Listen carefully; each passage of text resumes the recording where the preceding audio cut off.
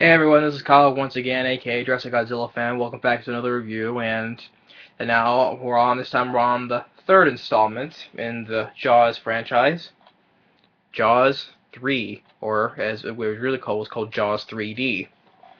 Because back in the 80s, wherever there was a horror movie that was the third sequel came out, it was in 3D, like Amityville 3D or Friday the 13th Part 3 in 3D, you know. Um, so Jaws 3, like I said, is the third installment of the series. Um, it was released July 22nd, 1983. Um, it was directed by Joe Alves. Alves. He was this is the only film he's directed, but he was more known as he was their original Jaws. He was the original designer for the first Jaws film. And including the second film. No, I think it was the second film. I think it was the first film. But this is the only. So he had a chance of directing. This is the only film he's directed. Um, this time it stars Dennis Quaid as Mike Brody, Chief Brody's son, who is now older. You know, who works at the SeaWorld. Bess Armstrong. Um, Louis Gossett Jr. as Calvin, the head of who's the owner of this theme park. Um, so as I said, it's in 3D. So right away when the film starts, you know, from the sharks starts being seen from the shark's point of view. You know, swimming around. It takes a bite out of a fish, and that's when you get the fish for the you know, as people can now say, for the cheap 3D. You know, because it just sees just the 3D shot of the head, see of the just the fish head slowly turning. You know, that's just for the 3D effect, and the next shows another 3D effect where it shows the title. You know, it's supposed to just supposed to come right at you, right out of the screen, like you know. So then, so the shark follows some some people who worked at the SeaWorld doing a skiing routine, you know. Um, and it follows them back to the park, closes as the gates are closing, but then the gates get jammed because they swam through there. Um, and Louis Gossett Jr. said he's the owner of SeaWorld. It was called SeaWorld. And then of course this film I would say a cheesy film because you know just because it was specifically used for the 3D effect, you know. It's definitely less than Jaws 2 was, because Jaws 2 I said is the best sequel in the series, as everybody would say. Um, but I'll watch it as a time waster. I still watch it just to get a guilty pleasure out of it. Because I like Dennis Quaid and I like Louis Gossett Jr. And it was also is also the as I remember, um, this was the debut film. It was also the debut film for actress Leah Thompson. Leah Thompson from Back to the Future and the original Red Dawn, and of course Howard the Duck. Um, this was her first film. She starred in this. She as an employee at SeaWorld. Um, and when God dang. I'm sorry. I'm sorry. Just trying to. As a work, Dennis Quaid, he's impulse on these employees. So is Bess Armstrong. You know, she trains the dolphins, Cindy and Sandy. You know, they're the training dolphins, and then Mike's brother Sean, he comes in for a visit. You know, comes in for visiting, and they're trying to kind of get catch up on each other, and then it cuts to another employee who's supposed to secure the gates that the shark swam through. You know, then the shark comes in, it kills him, but then you get another cheap for a 3D effect. You see just a floating arm just floating there. Um, and then it comes out later at night. It comes out later at night, right? Um, to me, there was this well, before that, they're at the bar, eating dinner, and Leah Thompson, they're having this game, which is called standoff, like you're supposed to push them, but get them off their feet without moving. Um, and Sean, the younger brother, says he's the standoff champion, so he goes competes against Leah Thompson, and said he has a trick that works every time. He look, my fly is open. She looks down, then he pushes her, and then he wins.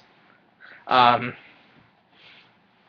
but then I was like, get to this next scene because to me I thought it was kind of like a pointless scene, but it was like led for more shark kills. It was just these two guys. They were gonna sneak into the park. Going underwater and get some to steal some stuff that's under the water. I don't know what they were stealing. And to me it was just a pointless scene because they don't get any parts of their bodies show up or something like that. I think they were just pretty much there to get killed by the shark, because one goes in the water, you see like his flashlight, and it suddenly dims, he's dead, and the guy gets pulled in, and then just the guy gets pulled in, and he gets tugged into the water, eaten, Me, and then. Yeah, and then then all of a sudden the shark just goes and takes off their inflatable raft. Wow, well, why would a shark want to attack the raft? Oh, so no evidence. So there's no evidence. So the guys weren't there. Yeah. To me, it was just a point. It was to me it was just a pointless scene. Just to have those two guys just in there just to get killed. Basically. Then but during where they're trying to steal stuff, Leah Thompson's character, Kelly, that was her name, and Sean, they were gonna go. She was trying to convince Sean to get the warp, but he said that something happened with a kid. Of course, that scene in Jaws 2 where that girl was eaten in front of him, referring to that scene. But she finally managed to get him get into the water, and Dennis Quaid and Bess Armstrong, they see their clothes there. He's like, oh my god, she finally got him to the water. He's using a microphone. So it's like, attention, this is like the police and all that. And he's like, jerkies have a wherever that was, what Bess Armstrong said. And then also said, Mike, and then just with Mr. Know-All sees all, knows all, Then they get like a tussle, like, and it's like, yell out for mother. They just like wrestle each other into the water, I thought that was a funny line with Dennis Quaid said, So yeah, I do like Dennis Quaid in this film. I did, especially being in a Jaws film. I like Dennis Quaid. But then later the next day, they found out that the guy was killed by fixing the gate. He never showed up for work, so they probably wondered if his body was like drifting somewhere in the water. So they go underwater investigating, and then also the dolphins are there. They trying to tell them that something is not wrong, like shaking their heads, and they get attacked by a great white. But it was not the main one. It was a baby. It was a baby great white. But they get out and they tell Calvin, Louis Gossett Jr. was a great white, and they have this famous photographer, Mr. Fitzroy, played by Simon MacCorkindale, as a photographer and his assistant. Then he said he was willing to kill the fish, but Bess Armstrong tells him that there's never been a great white in captivity, so they can capture him and put for an exhibition. And I'd like to say where Dennis Quaid says, no. Great whites are killers. I know from experience, my father and my brother and me. They're murderers, Yeah, I did like that what he said too. Yeah, that's right. In the Sharks and 2 films, yeah, they murdered people. Yeah, especially with the bro, But then later at night, they do finally manage to capture the baby, tranquilize it, put him in a fish tank. That goes to the big it was like the big opening day of SeaWorld, where they go like the underwater kingdom, the tunnel underwater tunnels. Then the decaying of eaten leftover body of that dead guy from earlier surfaces. And okay, that's a nice looking of okay, that's a nice model of a dead person. And like as we see, it's like all muscle. There's like no skin. It was like all muscle tissue, and a half-eaten bone from his left arm that was from his right arm that was chewed off. Okay, so that's like a gross looking dead body. Okay, just like I said, there was no skin. It was like all muscle tissue. Um, they go tell Calvin and Fitzroyce, and they tell him that it was a baby, and that the mother, the much bigger shark, it killed that guy earlier, and because the baby couldn't have killed him, but the mother did. And you see that the mother approaches him from the glass. Um, then they try to go out to the shows to warn people to get out of the water because there's skiing shows. Um, they get people out of there, but then Leah Thompson and what's the actor's name who played Sean. Uh, bu- bu- bu- bu- bu- bu- bu- bu-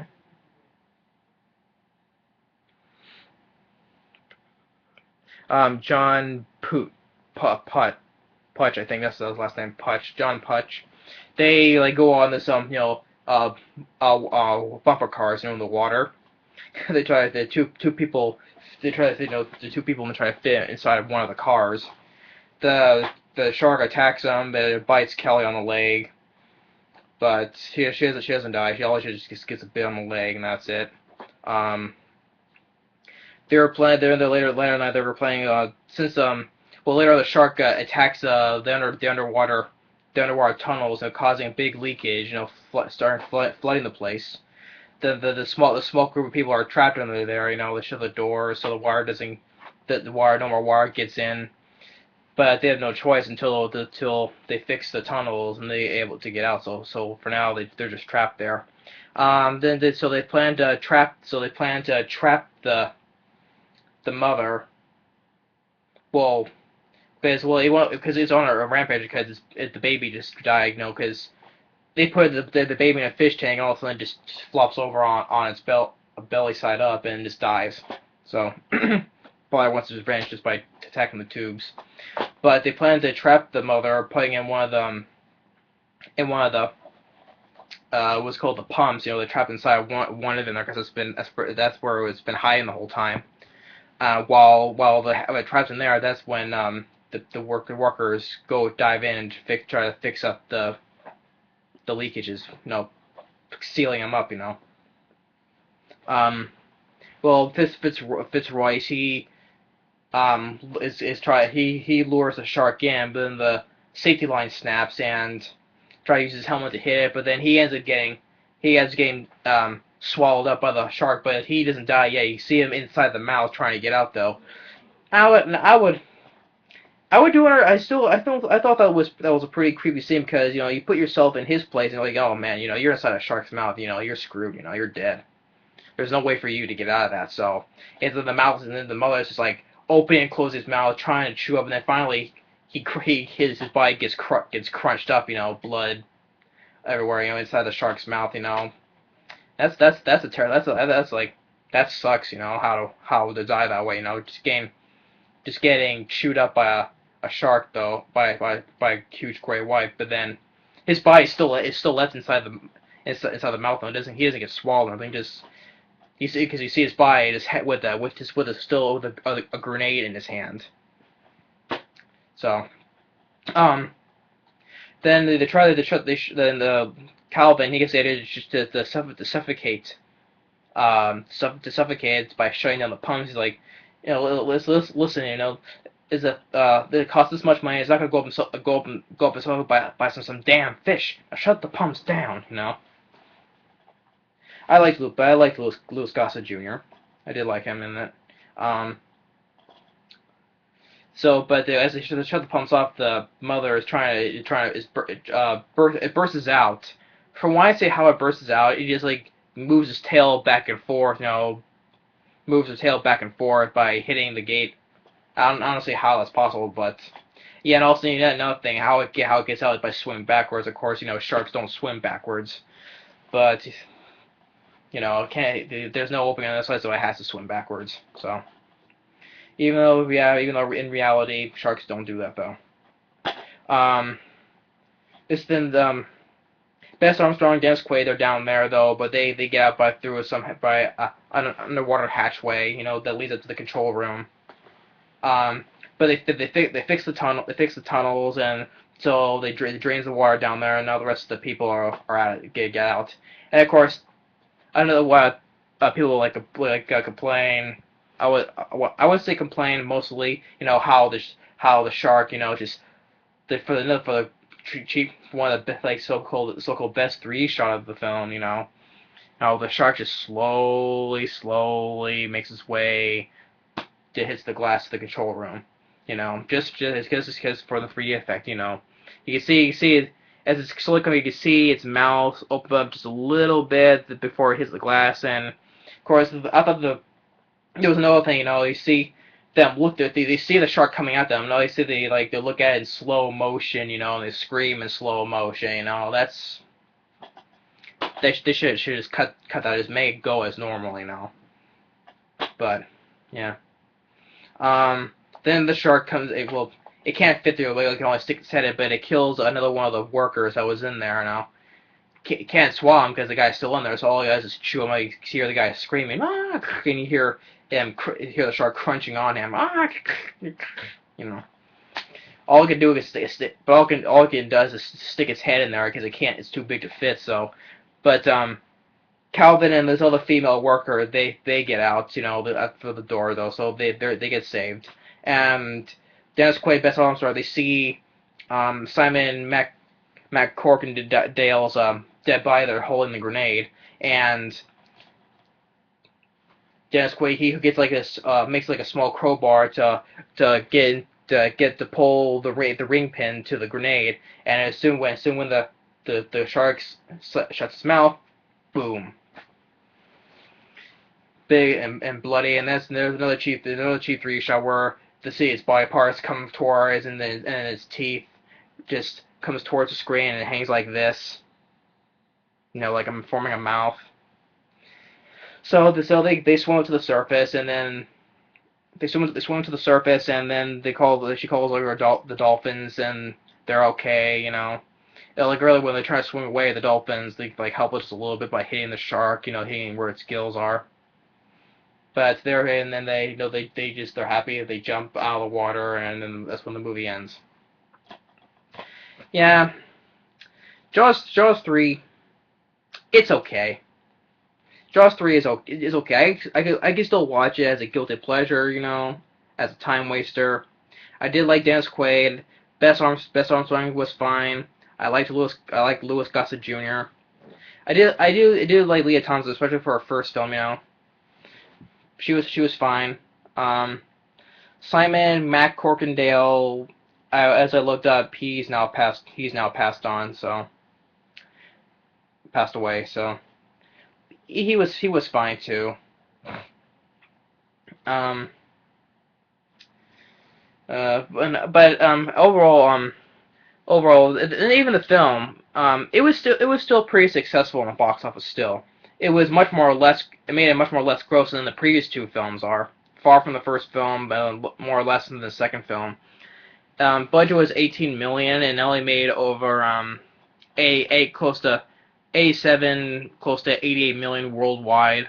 So it was successful, but it got many more negatives than the first film. Or in the second film.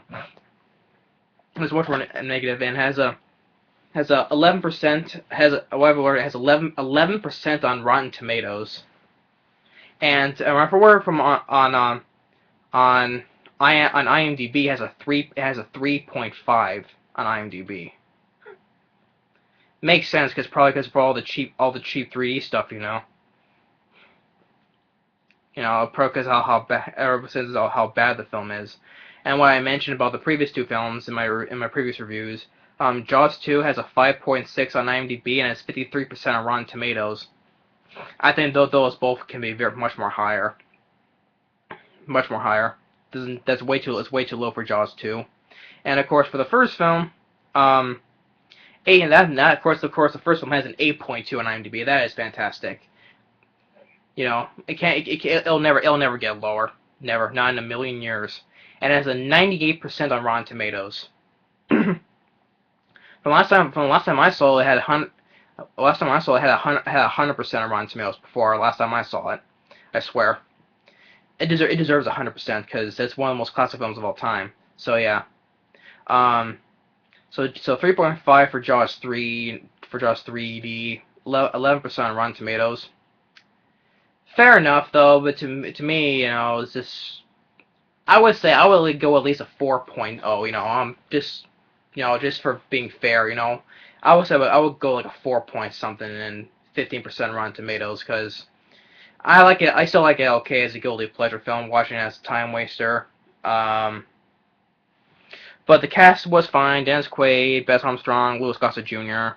They were fine. But in Joe Alves, that's the only film he's directed on. But probably how badly the film is, he's not directing anymore because he's better as a production design. So anyway, this is Jaws. It's been Jaws 3D.